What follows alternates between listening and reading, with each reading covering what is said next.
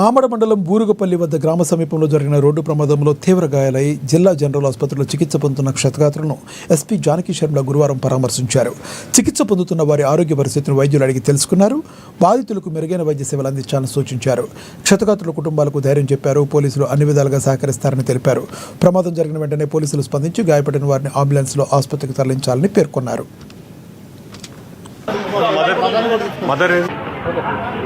ఈరోజు 10:45కి ఇన్ఫర్మేషన్ వచ్చింది. ఏంటనంటే సోన్పల్లి విలేజ్ సిరికొండ మండల్ ఆదిలాబాద్ నుండి ఆర్మూర్ ఒక వెహికల్లో బొలెరో మ్యాక్స్ వెహికల్లో ఒక అప్రాక్సిమేట్లీ 20-21 మెంబర్స్ పెళ్లికి వెళ్తుండడం జరిగింది. పెళ్లికి వెళ్తున్న క్రమంలో టైర్ బ్లాస్ట్ అయ్యి వెహికల్ పల్టీ కొట్టడం జరిగింది. దాంట్లో ఇద్దరు చనిపోయారు. ఇప్పటివరకు అయితే వాళ్ళ పేర్లు వచ్చేసి Lakshman 60 year and Tulsidas 38 year.